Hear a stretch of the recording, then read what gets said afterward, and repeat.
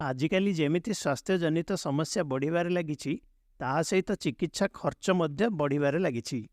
गोटिए गुरुतर रोगर चिकित्सा खर्च आमर वर्ष वर्ष धरी संचय करिथिबा राशि को संपूर्ण नष्ट कर देइथाए एवं सही संचय को सुरक्षा देवा पई आमको स्वास्थ्य बीमा बा हेल्थ इंश्योरेंस रो सहाय्य नबको पड़िबो।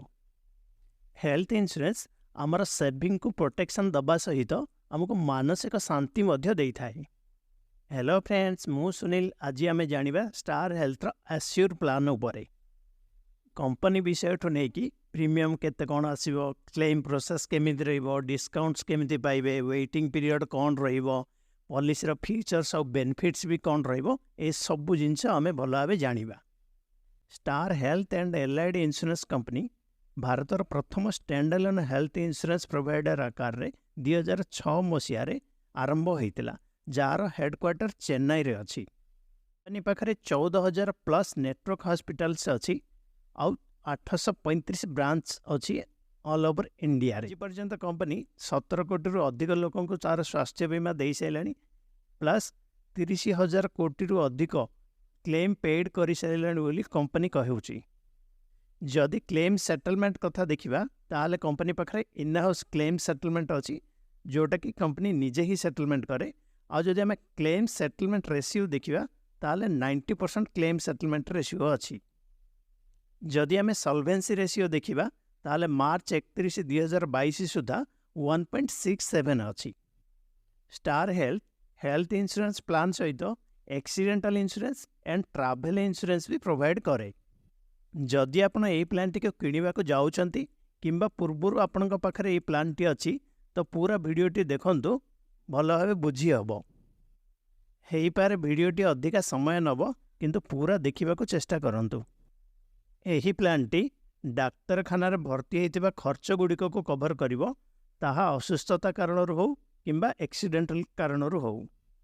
एही प्लान टी को जनक पई भी नै परिबे एवं फैमिली फ्लोटर आकार रे भी नै परिबे। प्रवेश बयस कौन रहिबो? जदि व्यक्तिगत भावे नउचंती मिनिमम 18 वर्ष रहिबो, मैक्सिमम 75 वर्ष रहिबो। जदि सेइतरे डिपेंडेंट चिल्ड्रन्स रखुचंती ताले मिनिमम 91 डेज टू 17 इयर्स जे आपण चाहिले रखि परिबे। जदि फ्लोटर आकार रे नवा पई चाहउचंती ताले 18 वर्ष टू 75 वर्ष जे नै परिबे। सेइतरे जदि डिपेंडेंट चिल्ड्रन्स रखुचंती ताले 16 दिन रु 17 वर्ष जे रखि परिबे। एही प्लान रे मैक्सिमम परिवार रो 9 जन सदस्य को आपण रखि परिबे, जेमिति कि husband wife, dependent childrens maximum 3, parents and parent in laws. जदि dependent parents and parent in laws अलगा भाबे एही प्लान रे रहिबा को चाहउचंती ताहाले भी एथिरे रखि परिबे, से प्रोविजन अछि। एही प्लान टी को जणे इंडिविजुअल आकार रे नेइथिले, किछि दिन पर तांकर बाहागर हैला, से जदि चाहिबे तांको पार्टनर को मध्य एही प्लान रे जोड़ी पारिबे। सेथि पई कोन करिबा को हेबो, बाहागर 45 दिन भितरे कंपनी को इंटीमेशन करिबा को पड़िबो, किंबा आपण रिन्यूअल टाइम रे भी जोड़ी पारिबे। नवजात शिशु एवं आईनगत भावे एडप्ट करिथिबा चाइल्ड को भी आपण इथरे जोड़ी पारिबे। एही प्लान रे 3टी जोन रे प्रीमियम प्राइस को रखा जाइछि।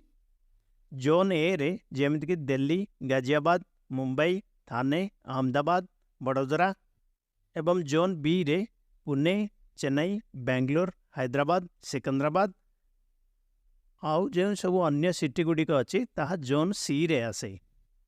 एही प्लान टी को 61 वर्षर अधिक बयसर व्यक्ति जड़े नौचंती ताहले तांको प्रति क्लेम रे 10% को पेमेंट दबाकू पड़िबो, बाकी 90% क्लेम अमाउंट कंपनी पेमेंट करिवो। एही प्लान रे लाइफ लॉन्ग रिन्यूअल करि परिबे। आपण पॉलिसी टर्म रे आपण गोटे वर्षर किंबा 2 वर्षर किंबा 3 वर्षर प्रीमियम एका थरके आपण चाहिले देई परिबे। 2 वर्षर प्रीमियम किंबा 3 वर्षर प्रीमियम आपण एका थरके काहेकि देबे, तार बेनिफिट कोन आमे डिस्काउंट सेक्शन रे जानिबा। काहार जदि स्वास्थ्यगत समस्या किछि अछि एवं सेमाने डिक्लेयर करूचंती, कंपनी सेमानकर प्री मेडिकल चेकअप कराई पारे। सेही मेडिकल टेस्ट गुड़िकर संपूर्ण खर्च कंपनी वहन करिवो। सम इंश्योर्ड ऑप्शन रे आपण 5 लाख रु आरंभ करी 2 कोटी टंका पर्यंतर कवर चाहिले रखि परिबे। एही प्लान रे रूम रेंट लिमिट कोन रहिबो, 5 लाख रु 50 लाख पर्यंत सम इन्स्योर्डर 1% किंबा प्रतिदिन 20,000 पर्यंत रूम रेंट लिमिट मिलिबो। 75 लक्ष 2 कोटी सम इन्स्योर्ड पर्यंत कौन रूम रेंटर लिमिट नाही। एही प्लान रे नॉन मेडिकल आइटम्स रो कवरेज भी अच्छी। एमरजेंसी केस रे जदि रोड एम्बुलेंस रो दरकार हुए सम इन्स्योर्ड पर्यंत ताहाको व्यवहार करि परिबे। सेटा भी घर टू हॉस्पिटल को, हॉस्पिटल रो हॉस्पिटल को, हॉस्पिटल रो घर को भी आपण व्यवहार करि परिबे। Pre and post hospitalization case रे हॉस्पिटलाइजेशन हवार 60 दिन पूर्वर खर्च एवं डिस्चार्ज हवार 180 दिन पर्यंत जहाँ खर्च करिसेंती अप टू सम इन्स्योर्ड पर्यंत कवर अच्छी यही प्लान रे। यही प्लान टी सम इन्स्योर्ड पर्यंत ऑर्गन डोनर का खर्च भी कवर करुछि। जदि रेडियो सर्जरी किंबा आईसीयू एडमिशन रो दरकार हुए ताले बेसिक सम इन्स्योर्ड पर्यंत अतिरिक्त सम इन्स्योर्ड भी मिल जिवो। एही प्लान रे सम इन्स्योर्ड पर्यंत सबु डे केयर ट्रीटमेंट कवर एथरे मिल जिवो। डे केयर माने एमिति किछि ट्रीटमेंट थाए जोटा कि 24 घंटा कम समय रे सरी जाई थाए, जेमिति कि कैटरेक्ट, केमोथेरापी। एही प्लान रे डोमिसिलियरी हॉस्पिटलाइजेशन रो बेनिफिट अछि एवं ताहा अप टू सम इन्स्योर्ड पर्यंत कवर करिवो। डोमिसिलियरी हॉस्पिटलाइजेशन रो मीनिंग हैला सिटी रे एमिति किछि परिस्थिति हैला जोटी कि हॉस्पिटल रे ही बेड नाही किंबा पेशेंट मुवेबल कंडीशन रे हॉस्पिटल को जीवा पाई नाहंती। एठी गोटे कंडीशन अछि 3 दिन परर खर्च ही सब कवर करिवो। एही प्लान रे होम केयर ट्रीटमेंट रे भी कवर अछि। सम इन्स्योर्ड 10% जे मिलिवो। मैक्सिमम गोटे वर्ष रे 5 लाख ही मिलिवो। एथिरे एयर एम्बुलेंस रे भी कवर दिया जाइछि। सम इन्स्योर्ड 10% जे प्रति वर्ष ताको यूज करि परिबे। एही प्लान रे फ्री हेल्थ चेकअप रो बेनिफिट अछि, तार आपण फायदा नहीं पारिबे। एही चार्ट रे देखि पारुथिबे 5 लाख 2 कोटी सम इन्स्योर्ड पर्यंत अलगा अलगा अमाउंट रो फ्री हेल्थ चेकअप रो वैल्यू सबु अछि। जणे इंडिविजुअल 1500 टंका रो नै कि 8000 जे फ्री हेल्थ चेकअप रो बेनिफिट नहीं पारिबे। सेमिति यदि फ्लोटर केस रे देखिबा 2500 टंका रो आरंभ करी 15000 टंका पर्यंत फ्री हेल्थ चेकअप रो बेनिफिट दिया जाइछि। एही फ्री हेल्थ चेकअप रो बेनिफिट आपण प्रति वर्ष नहीं पारिबे, चाहे क्लेम करि थांतु किंबा न करि थांतु। एही प्लान रे बोनस रो भी बेनिफिट अछि। जो वर्ष आपण क्लेम करि न थांती तार नेक्स्ट ईयर 25% आपणकर सम इन्स्योर्ड रे जोड़ी हो जाए एवं ताहा सम इन्स्योर्ड 100% जाए ही बढ़िबो। चलतु या एक उदाहरण सहित बुझा। राम बाबू 10 लाख टंकार सम इन्स्योर्ड नहीं से यही वर्ष किसी क्लेम कलेनी तो नेक्स्ट ईयर 25% मीन्स 2.5 लाख टंका तांकर सम इन्स्योर्ड रे एड हो। अर्थात ताहा पर वर्ष से टोटाली 12,50,000 टंकार बेनिफिट नहीं पारिबे। एही भली भाबे जेते वर्ष जाए से क्लेम करू नाहंती सेते वर्ष पर्यंत बोनस आकार तांकर सम इन्स्योर्ड रे जोड़ी हो जाउथबो। अब मैक्सिमम केते हबो? सम इन्स्योर्ड 100% मीन्स 10 लाख टंकार 10 लाख टंका जाए ही बढ़िबो। एही प्लान रे आयुष ट्रीटमेंट रो भी कवर दिया जाइछि। आयुष माने आयुर्वेदिक, यूनानी, सिद्ध एंड होमियोपैथी। एही प्लान रे असिस्टेड रिप्रोडक्शन ट्रीटमेंट रो भी कवरेज अछि। 1 लाख टंकारु 4 लाख टंका पर्यंत बेनिफिट नहीं पारिबे। एही प्लान रे मैटरनिटी कवर बा डिलीवरी एक्सपेंसेस भी कवरेज अच्छी। सम इन्स्योर्ड 10% जाए आपण तार बेनिफिट नहीं पारिबे। जेमिति कि 5 लाख टंकार 50,000, 10 लाख टंकार लक्षे, सेमिति 2 कोटी टंकार 20 लाख पर्यंत मैटरनिटी बेनिफिट नहीं पारिबे। एथिपई गोटे कंडीशन अच्छी। हस्बैंड आउ वाइफ 2 वर्ष जाए यही प्लान रे कंटिन्यू रहिबा दरकार। एही प्लान रे in utero foetal surgery up to sum insured पर्यंत कवरेज अच्छी। नवजातक शिशुंकर डाक्तरीखाना रे खर्च बाबद को 2 लाख टंकार 4 लाख पर्यंत जेमिति सम इन्स्योर्ड अलगा अलगा सम इन्स्योर्ड अलगा अलगा कवर मध्य अच्छी। एही प्लान रे सीवियर रिफ्रैक्टरी आस्थमा ट्रीटमेंट पाई भी कवरेज अच्छी। सम इन्स्योर्ड 10% जाए मिलिबो। मैक्सिमम टू मैक्सिमम 5 लाख पर पॉलिसी पीरियड मिलिबो। ଏହି ପ୍ଲାନ୍ରେ 10,000 ପର୍ଯ୍ୟନ୍ତ କମ୍ପାସନେଟ୍ ଟ୍ରାଭେଲ୍ର ବି ବେନିଫିଟ୍ ଅଛି। ଏଥିରେ ଡେଡ୍ ବଡ଼ିର କଫିନ୍ ଚାର୍ଜ ଖର୍ଚ୍ଚ ବାବଦରେ 15,000 ଟଙ୍କା ଯାଏଁ କ୍ଲେମ୍ କରିପାରିବେ। ସେଟା କିନ୍ତୁ ରିମ୍ବର୍ସମେଣ୍ଟ ହେବ। ଯଦି ଭ୍ୟାଲୁଏବଲ୍ ସର୍ଭିସ୍ ପ୍ରୋଭାଇଡର୍ସ ନେଟୱାର୍କ ହସ୍ପିଟାଲରେ ଟ୍ରିଟମେଣ୍ଟ କରାଇଥାନ୍ତି ତାହେଲେ ସମ୍ ଇନ୍ସ୍ୟୁର୍ଡର 1%, ମ୍ୟାକ୍ସିମମ୍ 5,000 ପର୍ ପଲିସି ପିରିୟଡ଼ରେ ଲମ୍ପସମ୍ ଭାବରେ କମ୍ପାନୀ ପେମେଣ୍ଟ କରିବ। ଏହି ପ୍ଲାନ୍ରେ ସେୟାର୍ଡ ଆକୋମୋଡେସନ୍ର ଫିଚର୍ସ ଅଛି। ଯଦି ହସ୍ପିଟାଲରେ ଭର୍ତ୍ତି ହେଲା ପରେ ଆପଣ ସିଙ୍ଗଲ ରୁମ୍ ନ ନେଇ ସେୟାରିଂ ବେଡ୍ ଅପସନ୍ ଚୁଜ୍ କରୁଛନ୍ତି, ପ୍ରତିଦିନକୁ 1,000 ଟଙ୍କା ଲେଖାଏଁ ଆପଣ କମ୍ପାନୀଠୁ କ୍ଲେମ୍ କରିପାରିବେ। ଏହି ପ୍ଲାନ୍ରେ ସେକେଣ୍ଡ ମେଡ଼ିକାଲ ଓପିନିଅନ୍ର ବି କଭର୍ ଅଛି। ଆପଣ ଚାହିଁଲେ ତାହାର ଫାଇଦା ନେଇପାରିବେ। ଏହି ପ୍ଲାନ୍ରେ ଅଟୋମେଟିକ୍ ରିଷ୍ଟୋରେସନ୍ର ବେନିଫିଟ୍ ଅଛି। ପ୍ରତ୍ୟେକ ଥର ସମ୍ ଇନ୍ସ୍ୟୁର୍ଡର 100% ଯାଏଁ ଅଟୋମେଟିକ୍ ରିଷ୍ଟୋରେସନ୍ର ବେନିଫିଟ୍ ଆପଣ ନେଇପାରିବେ। ଏଥିରେ ମଡ଼ର୍ଣ୍ଣ ଟ୍ରିଟମେଣ୍ଟର କଭରେଜ୍ ସମ୍ ଇନ୍ସ୍ୟୁର୍ଡ ପର୍ଯ୍ୟନ୍ତ ଅଛି। ଏହି ପ୍ଲାନ୍ରେ ସମ୍ ଇନ୍ସ୍ୟୁର୍ଡର 20% ଯାଏଁ ମ୍ୟାକ୍ସିମମ୍ ରିହାବିଲିଟେସନ୍ ଆଣ୍ଡ ପେନ୍ ମ୍ୟାନେଜମେଣ୍ଟର କଭରେଜ୍ ଅଛି। ଲଙ୍ଗ୍ ଟର୍ମ ଡିସ୍କାଉଣ୍ଟ ଅପସନ୍ରେ ଆପଣ ଯଦି 2 ବର୍ଷର ପ୍ରିମିୟମ୍ ଏକାଥରକ ଦେଇ ଦେଉଛନ୍ତି ତାହେଲେ ଦ୍ୱିତୀୟ ବର୍ଷର ପ୍ରିମିୟମ୍ର 10%ର ରିହାତି ପାଇବେ। ଯଦି 3 ବର୍ଷର ପ୍ରିମିୟମ୍ ଏକାଥରକ ଦେଇ ଦେଉଛନ୍ତି ତାହେଲେ ଦ୍ୱିତୀୟ ବର୍ଷ ଏବଂ ତୃତୀୟ ବର୍ଷର ପ୍ରିମିୟମ୍ର 10% ଡିସ୍କାଉଣ୍ଟ ପାଇବେ। ଫ୍ଲୋଟର ଡିସ୍କାଉଣ୍ଟ ଅପସନ୍ରେ ପଲିସିରେ ଥିବା ଡିପେଣ୍ଡେଣ୍ଟ ଚିଲଡ୍ରେନ୍ ଯଦି ରିନ୍ୟୁଆଲ୍ ଟାଇମ୍ରେ 18 ବର୍ଷର କମ୍ପ୍ଲିଟ୍ ହେଇଯାଆନ୍ତି ଆଉ ସେ ଚାହାନ୍ତି ଯେ ସିଙ୍ଗଲ ଭାବେ ନେବା ପାଇଁ, ତାହେଲେ 40%ର ଡିସ୍କାଉଣ୍ଟ ଆଭେଲେବଲ୍ ଅଛି। ଫ୍ଲୋଟର ପଲିସିରେ ଥିବା ପ୍ୟାରେଣ୍ଟ ଇନ୍ ଲ ଯଦି ଇଣ୍ଡିଭିଜୁଆଲ ପ୍ରିମିୟମ୍ ଦେବା ପାଇଁ ଚାହୁଁଛନ୍ତି ତାହେଲେ 10% ଡିସ୍କାଉଣ୍ଟର ଆଭେଲେବଲ୍ ଅଛି।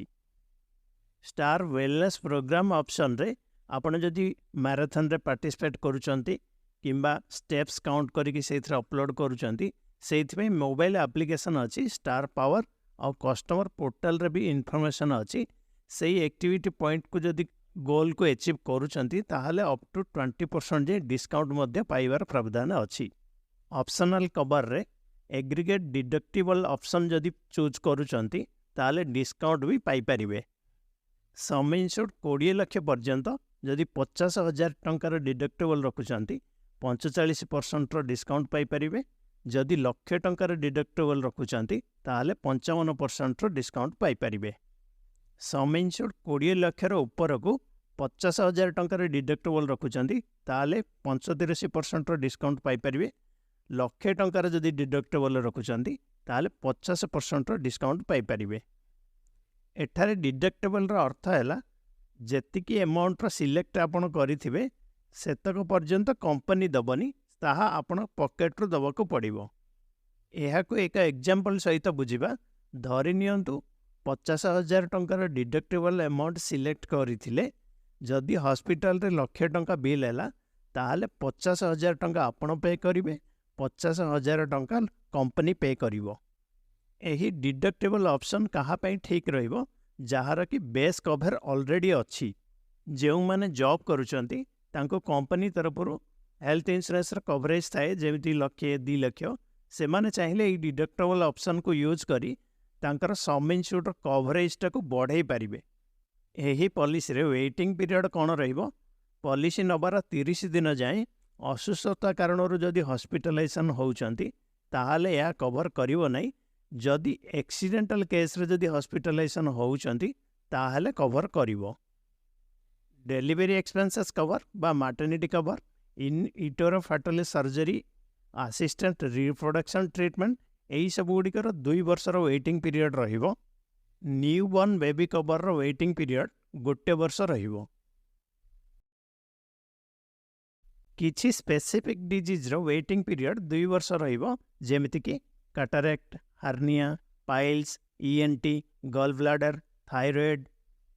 ଏହି ସବୁ ଡିଟେଲ୍ସ ଆପଣ ବ୍ରାଉଜରରେ ପାଇପାରିବେ। ପ୍ରି ଏକ୍ଜିଷ୍ଟିଂ ଡିଜିଜ୍ର ୱେଟିଂ ପିରିୟଡ଼ କ'ଣ ରହିବ? ଯଦି 2 ବର୍ଷର ପ୍ରିମିୟମ୍ ଆପଣ ଏକାଥରକ ଦେଇଛନ୍ତି ତାହେଲେ 3 ବର୍ଷ ରହିବ। ଯଦି 3 ବର୍ଷର ପ୍ରିମିୟମ୍ ଏକାଥରକ ଦେଇଛନ୍ତି ତାହେଲେ 2.5 ବର୍ଷ ରହିବ। ଏଠାରେ ପ୍ରି ଏକ୍ଜିଷ୍ଟିଂ ଡିଜିଜ୍ର ଅର୍ଥ ହେଲା ପୂର୍ବରୁ ଥିବା ରୋଗଗୁଡ଼ିକ। ଚାଲନ୍ତୁ ତାହେଲେ ଗୋଟେ ଇଲୁଷ୍ଟ୍ରେସନ୍ରେ ଦେଖିବା ପ୍ରିମିୟମ୍ କେତେ ଆସୁଛି। ରାମବାବୁଙ୍କ age 40 years, spouse age 35 years, 2 ଗୋଟି 18 ବର୍ଷରୁ କମ୍ childrens, sum insured 10 lakhs, zone C ମାନେ ରେଷ୍ଟ ଅଫ୍ ଇଣ୍ଡିଆ, ପ୍ରିମିୟମ୍ ଆସିବ 26,323 ଟଙ୍କା GST ସହିତ। ଯଦି ଡିଡକ୍ଟିବଲ୍ 50,000 ଦେଉଛନ୍ତି ତାହେଲେ ପ୍ରିମିୟମ୍ ଆସିବ 14,478 ଟଙ୍କା। ଯଦି ଡିଡକ୍ଟିବଲ୍ 1 lakh ଦେଉଛନ୍ତି ତାହେଲେ ପ୍ରିମିୟମ୍ ଆସିବ 11,846 ଟଙ୍କା। ଆସନ୍ତୁ ଜାଣିବା most important part, claim settlement process କେମିତି ରହିବ, କେମିତି କରିବେ ତାହା ଜାଣିବା। ପ୍ଲାନ୍ଡ ହସ୍ପିଟାଲାଇଜେସନ୍ କେସ୍ରେ ଆପଣ ହସ୍ପିଟାଲରେ ଆଡ଼ମିସନ୍ ହେବାର 24 ଘଣ୍ଟା ପୂର୍ବରୁ ହସ୍ପିଟାଲକୁ ଇନଫର୍ମ କରିଦେବାଟା ଭଲ ହେବ। ତା ପୂର୍ବରୁ ବି ଚାହିଁଲେ ଆପଣ ହସ୍ପିଟାଲକୁ ଇନଫର୍ମ କରିପାରିବେ। ଏମର୍ଜେନ୍ସି ହସ୍ପିଟାଲାଇଜେସନ୍ କେସ୍ରେ ଆପଣ ହସ୍ପିଟାଲାଇଜେସନ୍ ହେବାର 24 ଘଣ୍ଟା ଭିତରେ ଆପଣଙ୍କୁ କମ୍ପାନୀକୁ ଇନଫର୍ମେସନ୍ କରିବାକୁ ପଡ଼ିବ। ଯେତେ ସମ୍ଭବ ନେଟୱାର୍କ ହସ୍ପିଟାଲର କ୍ୟାସଲେସ୍ ଫ୍ୟାସିଲିଟିର ଫାଇଦା ନେବାକୁ ଚେଷ୍ଟା କରନ୍ତୁ। ଯଦି ନନ୍ ନେଟୱାର୍କ ହସ୍ପିଟାଲରେ ଆପଣ କରାଉଛନ୍ତି ତାହେଲେ ପ୍ରଥମେ ଆପଣଙ୍କୁ ଖର୍ଚ୍ଚ କରିବାକୁ ପଡ଼ିବ, ପରେ ରିମ୍ବର୍ସମେଣ୍ଟର କ୍ଲେମ୍ ଆପଣଙ୍କୁ କରିବାକୁ ପଡ଼ିବ। ଯଦି ଆପଣ ଷ୍ଟାର ହେଲ୍ଥର ଭ୍ୟାଲୁଏବଲ୍ କଷ୍ଟମର ଅଟନ୍ତି ତାହେଲେ ସ୍କ୍ରିନ୍ରେ ଦିଆଯାଇଥିବା ଟୋଲ୍ ଫ୍ରି ନମ୍ବରକୁ ତୁରନ୍ତ ସେଭ୍ କରନ୍ତୁ ଏବଂ ତାହା ସହିତ ପରିବାରର ଅନ୍ୟ ସଦସ୍ୟଙ୍କ ଫୋନରେ ବି ଏହି ନମ୍ବର ଗୁଡ଼ିକୁ ସେଭ୍ କରାଇ ଦିଅନ୍ତୁ। ଯଦି ଆପଣଙ୍କର ଅନ୍ୟ କେଉଁ କମ୍ପାନୀରେ ଅଛି ତାହେଲେ ସେହି କମ୍ପାନୀର ଟୋଲ୍ ଫ୍ରି ନମ୍ବର ଗୁଡ଼ିକୁ ସେଭ୍ କରନ୍ତୁ। ଯଦି ସେହି କମ୍ପାନୀ ଗୁଡ଼ିକ ନିଜେ ସେଟଲମେଣ୍ଟ କରାଉନାହାନ୍ତି ତାହେଲେ ଟିପିଏର ଟୋଲ୍ ଫ୍ରି ନମ୍ବର ଗୁଡ଼ିକ ସେଭ୍ କରନ୍ତୁ। ଆପଣମାନେ ଏବେ ଯାଇ ଭିଡ଼ିଓଟି ଦେଖୁଥିବାରୁ ବହୁତ ବହୁତ ଧନ୍ୟବାଦ। ଏଠାରେ ମୋର ଗୋଟେ ପର୍ସନାଲ ମେସେଜ ଦେବାକୁ ଚାହିଁବି। ଆପଣ ପାଇଥିବା ବଣ୍ଡ ସହିତ ଯେଉଁ ID କାର୍ଡ଼ଟି ପାଇଥିବେ ତାର ଗୋଟେ ଫଟୋକପି ହେଉ କିମ୍ବା ଡୁପ୍ଲିକେଟ୍ ହେଉ ସବୁବେଳେ ନିଜ ପାଖରେ ରଖିବାକୁ ଚେଷ୍ଟା କରନ୍ତୁ। ଭିଡ଼ିଓଟିକୁ ଶେଷ ପର୍ଯ୍ୟନ୍ତ ଦେଖିଥିବାରୁ ବହୁତ ବହୁତ ଧନ୍ୟବାଦ। ବୋନସ୍ ଟିପ୍ସରେ ଆପଣଙ୍କୁ ଏହି ପ୍ଲାନ୍ର 6 ଗୋଟି ବିଶେଷ ପଏଣ୍ଟ କହୁଛି। ନନ୍ ମେଡ଼ିକାଲ ଆଇଟମ୍ସ ବା କନଜ୍ୟୁମେବଲ୍ ଆଇଟମ୍ସର କଭରେଜ, କ୍ଲେମ୍ କରନ୍ତୁ କିମ୍ବା ନ କରନ୍ତୁ ପ୍ରତିବର୍ଷ ଫ୍ରି ହେଲ୍ଥ ଚେକଅପ୍ର ବେନିଫିଟ୍, ମାଟର୍ନିଟି ବା ଡେଲିଭରି ଏକ୍ସପେନ୍ସେସ୍ର କଭରେଜ, ଆସିଷ୍ଟେଡ୍ ରିପ୍ରଡକ୍ସନ୍ ଟ୍ରିଟମେଣ୍ଟର coverage, chronic severe refractory asthma ଟ୍ରିଟମେଣ୍ଟର କଭରେଜ ଏବଂ ଡିଡକ୍ଟିବଲ୍ ଅପସନ୍। ଧନ୍ୟବାଦ। ସୁସ୍ଥ ରୁହନ୍ତୁ, ସୁରକ୍ଷିତ ରୁହନ୍ତୁ।